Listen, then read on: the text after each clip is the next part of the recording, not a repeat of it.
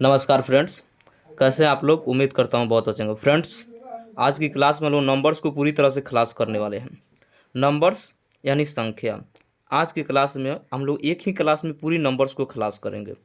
दोस्तों, आज की क्लास यानी नंबर्स क्लास। आज हम लोग संख्याओं का वर्गीकरण यानी क्लासिफिकेशन ऑफ नंबर्स, हर एक नंबर्स को हम लोग वर्गीकरण करके पूरी तरह से विस्तार से समझने का काम करेंगे।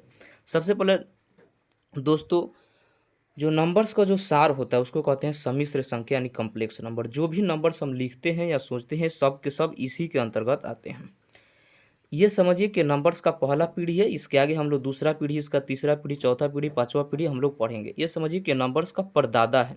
इसके आगे इसके दादा के बारे में, इसके पिता के बारे में, बेटा के बारे में, पोता के बारे में, परपोता के बारे में हम लोग देखने वाले हैं। तो आइए दोस्तों, हम लोग शुरुआत करते हैं। Complex number. हम लोग जितने भी नंबर्स लिखते हैं सोचते हैं वो सब के सब कॉम्प्लेक्स नंबर ही होते हैं, सम्मिश्र संख्या ही होते हैं। इसको हम लोग दो पार्ट में रख सकते हैं। मैंने रख दिया है, वीडियो ज़्यादा लंबा ना हो इसके लिए मैंने इसको पहले ही दो पार्ट में रख दिया। देखिए, इसका पहला पार्ट होता है रियल नंबर्स यानी वास्तविक संख्या। वास्तविक संख्या यानी रियल नंबर्स को हम लोग ए प्लस बी आई से डिफाइन करते हैं। वही इसका दूसरा पार्ट होता है इमेजिनरी नंबर्स यानी काल्पनिक संख्या। काल्पनिक संख्या को हम लोग आई से डिफाइन करते हैं। आइए दोस्तों, इसमें से हम कुछ नंबर छाड़ देते हैं जो वास्तविक संख्या और कुछ नंबर्स ऐसे हैं जो काल्पनिक संख्या हैं। देखिए, काल्पनिक संख्या यानी इमेजिनरी नंबर्स कौन होते हैं? जो नंबर्स रूट के अंदर होते हैं और माइनस में होते हैं। जैसे देखिए, यहाँ पे मैंने एक नंबर्स लिया है रूट के अंदर -5, ये क्या है? इमेजिनरी नंबर्स यानी काल्पनिक संख्या। वही एक दूसरा नंबर फिर मैंने लिया है रूट के अंदर -2, यहाँ लिख दे रहे हैं रूट के अंदर -2, ये भी क्या है? इमेजिनरी नंबर्स यानी काल्पनिक संख्या। देखिए, कोई भी नंबर्स अगर रूट के अंदर माइनस में दिखाई दे तो वो देखते ही समझ जाना है कि इमेजिनरी नंबर्स है यानी काल्पनिक संख्या है। इसके अलावा ये जितना भी नंबर्स बच गया ये सब के सब रियल नंबर्स है। जैसे इस सब को मैं यहाँ लिख दे रहा हूँ रियल नंबर्स के पास। जैसे 0 हो गया,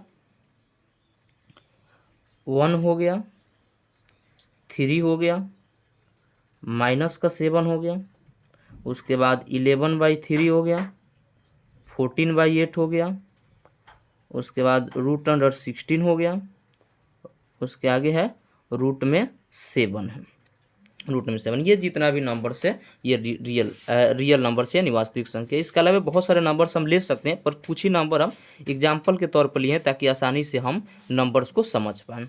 आइए दोस्तों, इसको तो यहीं तक इसकी खेला समाप्त हो जाती है। आइए हम इसको आगे करके देखते हैं। रियल नंबर्स को हम दो भाग में रख सकते हैं। रियल नंबर्स को हम दो भाग में रखते हैं। इसका पहला भाग कहलाता है रेशनल नंबर। इसका पहला भाग यानी रेशनल नंबर्स लिख देते हैं हम। Rational numbers, rational numbers. इसका जो दूसरा भाग होता है उसको हम लोग कहते हैं irrational numbers. Irrational numbers, rational numbers और इरेशनल नंबर्स। रेशनल नंबर्स को हम लोग हिंदी में परिमेय संख्या कहते हैं। यहाँ लिख दे रहे हैं परिमेय संख्या। वही इरेशनल को हम लोग कहते हैं अपरिमेय संख्या। अपरिमेय संख्या। अब देखिए दोस्तों, इसमें जो रियल नंबर्स है इसको हम लोग दो पार्ट में रखा, रेशनल नंबर्स और इरेशनल नंबर्स। इसमें से कुछ नंबर्स जो है रेशनल नंबर्स है और कुछ नंबर्स इरेशनल नंबर्स। आइए हम आपको छांट कर दिखाते हैं। इरेशनल नंबर्स यानी अपरिमेय संख्या, रेशनल नंबर्स यानी परिमेय संख्या। परिमेय संख्या का परिभाषा होता है यानी जिसे P/Q के रूप में लिखा जा सकता है। जो भी नंबर्स को P/Q के रूप में लिखा जा सकता है वे परिमेय संख्या कहलाते हैं। एक कंडीशन यहाँ पे ये होता है कि Q जो है बराबर नहीं होता है जीरो के, यानी Q कभी भी जीरो के बराबर नहीं होता है। यानी हर की जगह पर कभी भी जीरो नहीं लिया जा सकता। अगर हर की जगह पर जीरो रहता है तो नंबर्स कभी भी रेशनल नंबर्स नहीं कहलाएगा।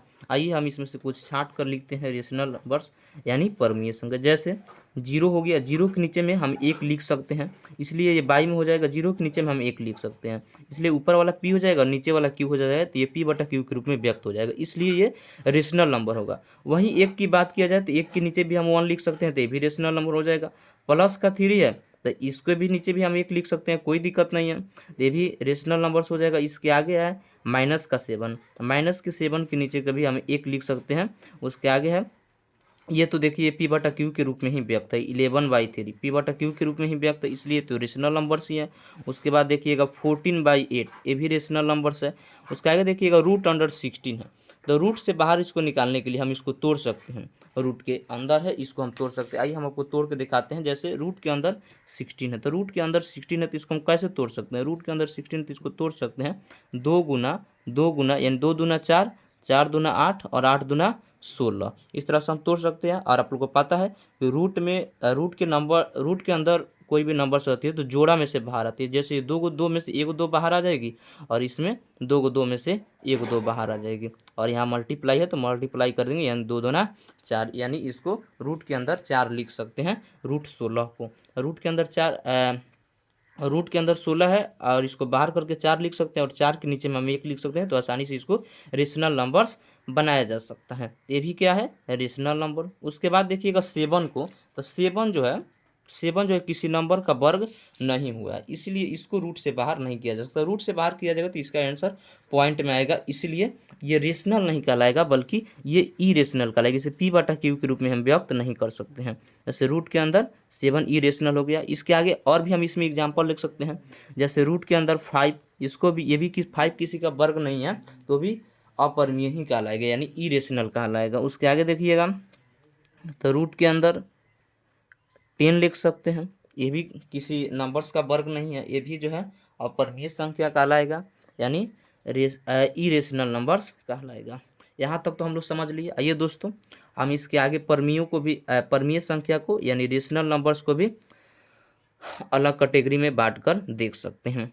यहाँ तक ये अपरिमेय ध्यान रखना है कि कोई भी नंबर्स है रूट के अंदर है और वो किसी का वर्ग होकर नहीं आया है रूट के अंदर, तो इसका मतलब है वो इरेशनल नंबर्स है, यानी अपरिमेय संख्या है। रेशनल नंबर्स को भी हम लोग 2 भाग में रख सकते हैं। रेशनल नंबर्स को कैसे 2 भाग में रख सकते हैं? रेशनल नंबर्स को हम लोग 2 भाग में रख सकते हैं। इसका पहला भाग होगा, यहाँ हम बना दे रहे हैं, इसका जो पहला भाग होगा वो होगा इंटीजर, और दूसरा भाग इसका कहलाता है फ्रैक्शन। यहाँ कर दे रहे हैं दूसरा भाग फ्रैक्शन, इंटीजर, INTEGER, इंटीजर, और इसका दूसरा भाग जो होगा वो फ्रैक्शन होगा।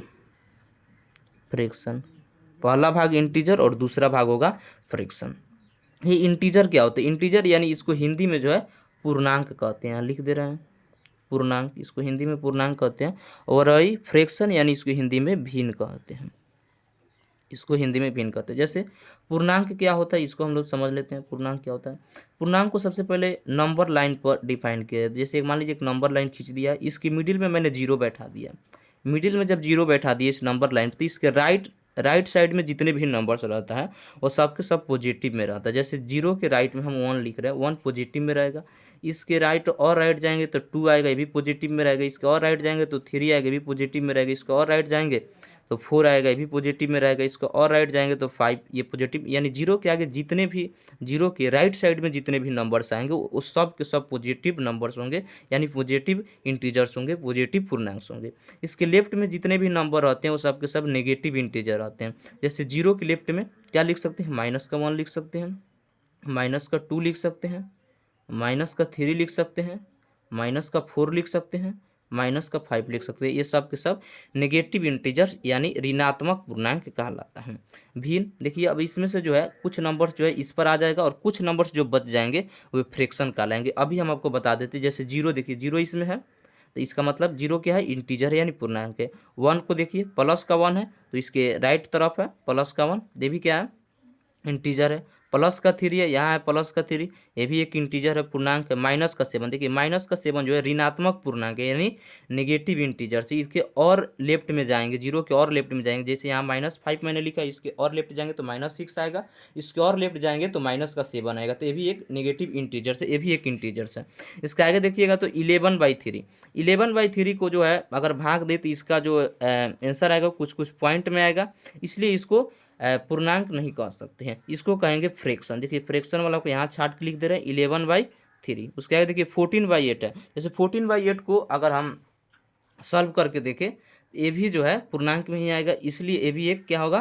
फ्रैक्शन होगा, भिन्न होगा। यहाँ लिख सकते हैं 14/8। इसके आगे देखिए रूट में है 16, तो रूट में 16 को तो हम बाहर कर सकते हैं, 4 होगा, और 4 प्लस में आएगा, प्लस माइनस दोनों में आएगा, तो यहाँ देखिए इसको भी हम इंटीजर्स कह सकते हैं, यहाँ भी इसको हम लिख सकते हैं। तो इस तरह से ये कुछ फ्रैक्शन है, कुछ इंटीजर्स है।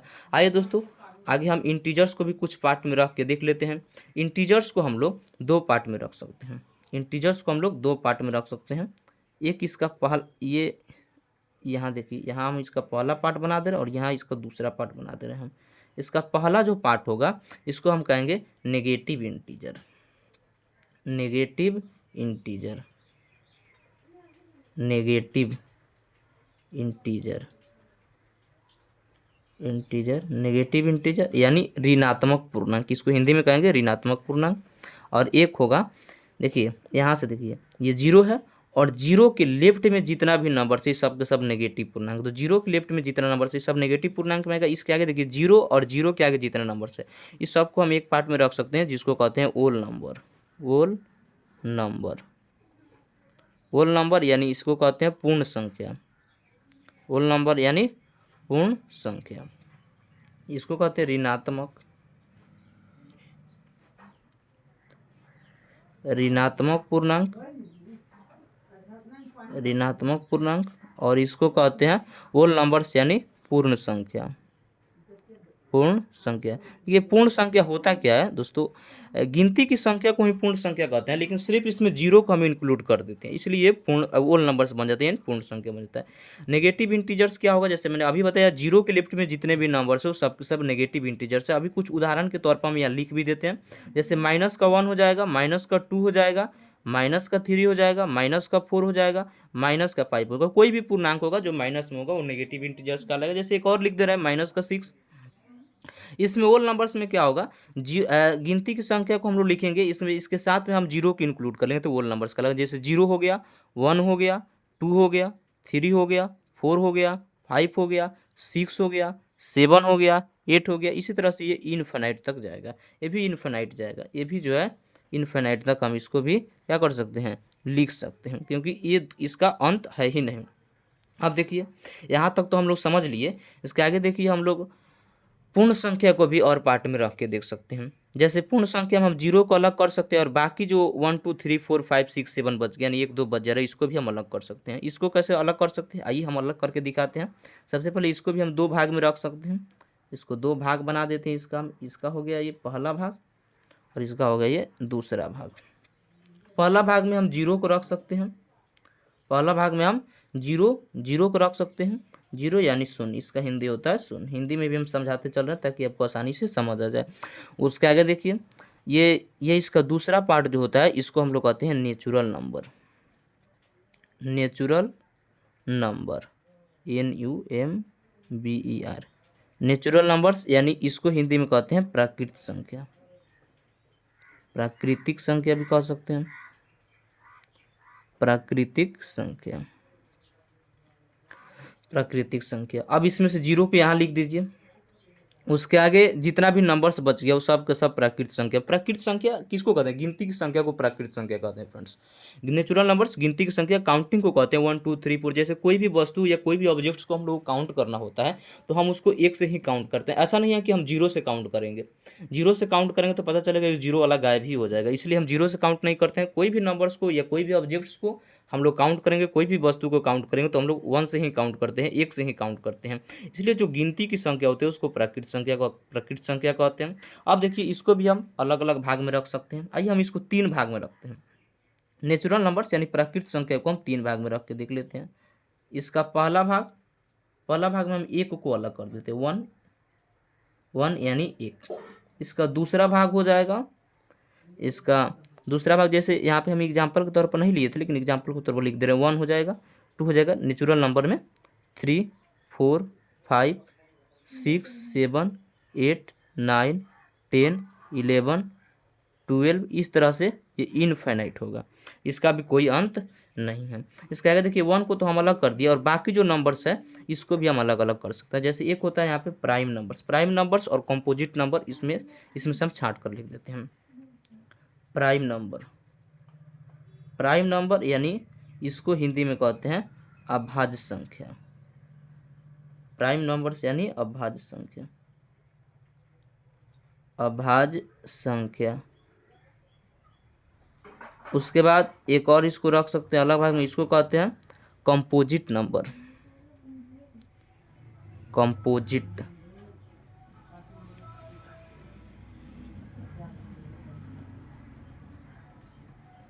कंपोजिट नंबर यहाँ एन से लिख के डिफाइन करते हैं। कंपोजिट नंबर यानी इसको कहते हैं भाज्य संख्या।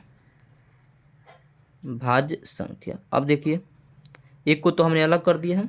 अब देखिए अभाज्य संख्या क्या होता है। अभाज्य संख्या का सिंपल तरीका है कि जिसका जिसका दो फैक्टर हो, अधिकतम मैक्सिमम दो फैक्टर हो, मैक्सिमम दो फैक्टर हो, उसको क्या कहते हैं अभाज्य संख्या। यह सिंपल इसका एक परिभाषा होता है, या जो नंबर्स एक से और अपने आप से कटे, एक से और स्वयं से कटे, वो नंबर जो है अभाज्य संख्या कहलाता है। जैसे एक को तो हम छाड़ देंगे, एक को इसमें नहीं लेना होता, एक को हमने अलग कर दिया है। अब देखिए टू को देख लेते हैं कि हम प्राइम नंबर से या कंपोजिट नंबर। जैसे टू को देखिएगा तो टू जो है वन से कटता है और एक टू से कटता है, इसके अलावा ये दूसरा नंबर से नहीं कटता है, वन से और स्वयं से कटेगा। इसीलिए इसका दो ही फैक्टर है, तो दो फैक्टर्स वाला नंबर्स जो है प्राइम नंबर्स कहलाता है, यानी अभाज्य संख्या कहलाते हैं। तो दो जो है प्राइम नंबर्स होगा। उसके आगे देखिएगा थ्री को, तो थ्री जो है एक वन से कटता है और एक थ्री से कटता है, इसके अलावा कोई दूसरा नंबर से नहीं कटता है। तो ये भी जो है क्या हो जाएगा प्राइम नंबर्स। इसका मैक्सिमम दो ही फैक्टर है, तो जो भी नंबर्स का मैक्सिमम दो फैक्टर होते हैं, मिनिमम भी इसका दो ही होगा, तो ये भी क्या होगा प्राइम नंबर्स उसका। इसके आगे देखते हैं हम फोर को। जैसे फोर को देखिएगा तो एक से कटेगा, ये स्वयं से भी कटेगा, फोर से भी कटेगा, पर इसके अलावा ये टू से भी कटता है। इसका मतलब है इसका दो से ज़्यादा फैक्टर है। जैसे ये एक से भी कट रहा है, चार से भी कट रहा है और दो से भी कट रहा है, तो इसका तो तीन फैक्टर हो गया, तो दो से ज़्यादा हो गया, तो दो से ज़्यादा हो जाएगा, दो से ज़्यादा फैक्टर होगा या दो से ज़्यादा नंबर से कटेगा, तो वो नंबर जो है कंपोजिट नंबर कहलाएगा, यानी भाज्य संख्या कहलाएगा। जैसे चार जो है कंपोजिट नंबर हो जाएगा, यानी भाज्य संख्या हो जाएगा। उसके आगे देखिए पाँच। पाँच को देखेंगे तो पाँच जो है एक से कटता है, एक पाँच से कटता है, इसके अलावा कोई दूसरा नंबर से नहीं कटता है, तो ये भी जो है प्राइम नंबर्स होगा, अभाज्य संख्या होगा, तो इसको हम प्राइम नंबर्स में लिख सकते हैं। उसके आगे देखिए सिक्स को। सिक्स को देखिएगा तो वन से भी कटेगा, सिक्स से भी कटेगा, पर इसके अलावा टू से भी कटेगा और थ्री से भी कटेगा, तो इसका तो दो से ज़्यादा फैक्टर है। जब दो से ज़्यादा फैक्टर है तो ऐसे नंबर्स क्या कहलाएंगे कंपोजिट नंबर, यानी भाज्य संख्या कहलाएंगे। जैसे सिक्स को यहाँ लिख सकते हैं। सेवन को देखिए, अब सेवन को देखा जाए तो सेवन जो है वन से कटेगा और सेवन से कटेगा, इसके अलावा कोई दूसरा नंबर ये नहीं कर सकता है। इसका मैक्सिमम जो है दो ही फैक्टर होगा। जब भी किसी नंबर्स का मैक्सिमम दो फैक्टर होता है तो वैसे नंबर्स हमेशा प्राइम नंबर्स कहलाते हैं, यानी अभाज्य संख्या कहलाते हैं। जैसे सेवन को हम यहाँ लिख सकते हैं। उसके आगे देखिए एट को। अगर एट को देखें तो ये वन से तो कटेगा ही, उसके आगे एट से भी कटेगा। उसके आगे देखिए तो ये टू से भी कटेगा, फोर से भी कटेगा, तो इसका मतलब ये इसका फैक्टर दो गो से ज़्यादा है। दो से ज़्यादा यानी दो से ज़्यादा नंबर से, यानी दो से ज़्यादा संख्या से कट रहा है, तो ये क्या होगा कंपोजिट नंबर होगा, यानी भाज्य संख्या हो। जैसे एट हो जाएगा कंपोजिट नंबर। उसी तरह नाइन को देखिएगा तो नाइन भी दो से ज़्यादा नंबर से कटेगा, ये भी क्या हो जाएगा कंपोजिट हो जाएगा। टेन को देखिएगा तो ये भी दो से ज़्यादा नंबर्स को कटेगा, ये भी हो जाएगा कंपोजिट नंबर। इलेवन को देखिएगा तो इलेवन जो है एक से कटता है और एक 11 से कटता है, इसके अलावा वो ये दूसरा टेबल में नहीं आता, यानी दूसरा पारा में नहीं आता, यानी दूसरा नंबर से नहीं, दो दो के अलावा दूसरा नंबर से, यानी दो संख्या के अलावा कोई तीसरी संख्या से नहीं कटती है, इसलिए इलेवन भी क्या होगा प्राइम नंबर्स होगा। तो इस तरह से हम प्राइम नंबर्स को समझ लिए। प्राइम नंबर्स और कंपोजिट नंबर, ये भी दोनों नंबर्स क्या होंगे इनफाइनाइट होंगे, इसका भी कोई अंत है ही नहीं, ये भी क्या होंगे इनफाइनाइट होंगे। ये तो पूरे नंबर्स को हम लोग आज दोस्तों समझ लिए। इसके अलावा भी दो नंबर्स और होते हैं जिसको हम लोग देख लेते हैं। जैसे एक नंबर्स होता है इवन नंबर्स, इसको हम लोग अलग से देख लेते हैं, ताकि अब मैंने बोला ही था शुरुआत में कि आज की क्लास में हम लोग पूरी तरह से नंबर्स को खलास कर देंगे। तो ये जो दो जो बच जा रहा है नंबर्स, इस नंबर्स को भी हम लोग इसमें कंप्लीट कर ले रहे हैं। एक होता है इवन नंबर, यहाँ हम लिख दे रहे हैं। एक होता है even number, even numbers, even numbers यानी इसको हिंदी में कहते हैं सम संख्या, सम संख्या। इवन नंबर्स यानी सम संख्या। उसके आगे होता है एक और होता है ऑड नंबर्स, ऑड नंबर्स यानी इसको हम लोग हिंदी में कहते हैं विषम संख्या, विषम संख्या। इसका दोस्तों सिंपल परिभाषा है कि जो नंबर्स दो से डिवाइड होता है, यानी जो नंबर्स दो से कट जाता है वो नंबर्स इवन नंबर्स कहलाता है, और जो नंबर दो से नहीं कटता है उसको हम लोग और नंबर्स कहते हैं या विषम संख्या कहते हैं। तो इसी में से देख लीजिए नेचुरल नंबर्स में दो नंबर, जो नंबर दो से कटेगा यानी जो दो के टेबल में आएगा, जो दो का मल्टीपल होगा वो इवन नंबर्स होगा। जो दो के टेबल में नहीं आएगा, जो दो का मल्टीपल नहीं होगा, वो नंबर्स और नंबर्स का लगा। सिंपल है। जैसे एक जो है दो के पारा में नहीं आता है, तो ये क्या होगा इवन नंबर्स होगा, ऑड नंबर्स। जैसे 2 जो है 2 के टेबल में आएगा, 2 से कटेगा तो ये क्या हो जाएगा, सम संख्या हो जाएगी। उसके आगे देखिए 3 जो है 2 के टेबल में नहीं आता है, यानी 2 से नहीं कटता है, तो ये भी क्या हो जाएगी, ऑड नंबर्स हो जाएगी। उसके आगे देखिए 4 जो है 2 के टेबल में आता है, तो ये क्या हो जाएगा, इवन नंबर्स हो जाएगा। उसके आगे देखिएगा तो 4 के आगे है 5 क्या हो जाएगा, 5 2 के टेबल में नहीं आता है, तो 5 जो है ऑड नंबर्स हो जाएगा। उसके आगे 6 को देखिए तो 6 जो है 2 के टेबल में आता है, तो ये इवन नंबर्स हो जाएगा। 6 के आगे देखिएगा 7 को, 7 जो है 2 के टेबल में नहीं आता है, तो ये जो है ऑड नंबर्स हो जाएगा। उसके आगे देखिएगा 7 के आगे 8 जो है 8 2 के टेबल में आता है, ये हो जाएगा इवन नंबर्स। इस तरह से ये क्रम चलता रहेगा। इसमें देखिएगा तो इवन नंबर्स या ऑड नंबर्स दोनों में जो है 2 2 का अंतराल रहता है, यानी डिफरेंस जो है 2 2 का रहता है। ये ध्यान रखना होता है, इवन नंबर्स का डिफरेंस 2 का होता है और ऑड नंबर्स का भी डिफरेंस 2 का होता है। ये दोनों भी ये अनंत तक जाएगा। इस तरह से हम लोग इस क्लास में पूरी तरह से नंबर्स को खलास कर दिए। जितना आप लोग ईमानदारी से अगर पढ़ लिए हैं तो वाकई में आपको किसी भी बोर्ड एग्जाम की तैयारी करें, या आप बिहार बोर्ड के बच्चे हैं या यूपी बोर्ड के बच्चे, या आप जनरल कंपटीशन की तैयारी करते हैं, एसएससी सीजीएल की तैयारी करते हैं, एसएससी सीजीएल में एमटीएस की तैयारी करते हैं, सीएचएसएल की तैयारी करते हैं, सीपीओ की तैयारी करते हैं, सीजीएल की तैयारी करते हैं, कोई भी बिहार पुलिस का तैयारी करते हैं, दरोगा का तैयारी करते हैं, डिफेंस का तैयारी करते हैं, कोई भी आप कंपटीशन एग्जाम करते हैं, तैयारी करते हैं, तो ये आपके लिए बहुत इंपॉर्टेंट हो जाता है। इसके बिना पूरा मैथ्स अधूरा है। इसलिए मैंने सबसे पहले इसको ही आपके सामने रखा, और उम्मीद है कि आप लोग इस वीडियो को बहुत ज़्यादा प्यार देंगे। और आप लोग को ये वीडियो कैसा लगा कमेंट में ज़रूर बताइएगा। मैं 2-3 क्वेश्चन दे रहा हूँ आपको, आप लोग को ज़रूर इसका आंसर देना है। जैसे इसमें आप लोग को बताना है कि जो प्रथम भाज्य संख्या क्या होती है। हम हिंदी में लिख दे रहे हैं यहाँ पर प्रथम भाज्य संख्या, मैंने आपको समझाया भी है, उसमें से देखना है। देखिए यहाँ पे भाज्य संख्या कहाँ से शुरुआत होती है, मैंने एक बता दे रहा हूँ। भाज्य संख्या कहाँ से, 4 से, 4 के आगे ही भाज्य संख्या, तो प्रथम क्या हो जाएगा, 4 हो जाएगा। इस तरह से हम 2-3 क्वेश्चन दे रहे हैं, जिसको आप लोग को कमेंट में इसका आंसर लिखना है। मैं आप लोग का कमेंट देखूंगा और देखने के बाद मैं उसका रिप्लाई भी करूँगा। जैसे मैं लिख दे रहा हूँ प्रथम भाज्य संख्या, प्रथम भाज्य संख्या यानी फर्स्ट कंपोजिट नंबर क्या होता है, इसको आपको आंसर देना है कमेंट में। उसके आगे एक और क्वेश्चन लिखते हैं, जैसे प्रथम इवन नंबर्स क्या होगा, प्रथम सम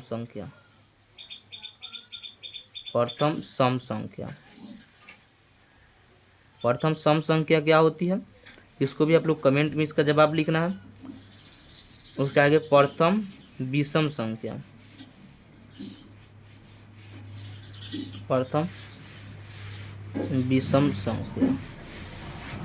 इसके आगे एक और मोस्ट इम्पोर्टेंट क्वेश्चन, पाई जो है परमीय है या अपरमीय, रेशनल है या इरेशनल, इसके बारे में आप लोग जरूर बताइएगा। पाई, ये कई बार बिहार बोर्ड एग्जाम में कई बार ये क्वेश्चन पूछा गया कि पाई जो है परमीय है या अपरमीय, इसका जवाब आप लोग जरूर दीजिएगा। इसमें मैंने नहीं बताया है, इसलिए नहीं बताया ताकि आप लोग से कमेंट में पूछे कि किनको पता है जो पाई जो है परमीय है या अपरमीय है। अगली वीडियो में हम कभी ना कभी इसके बारे में विस्तार से हम चर्चा करेंगे। तो जय हिंद दोस्तों, आप लोग ने यहाँ तक वीडियो में बने रहे इसके लिए thank you, best of luck.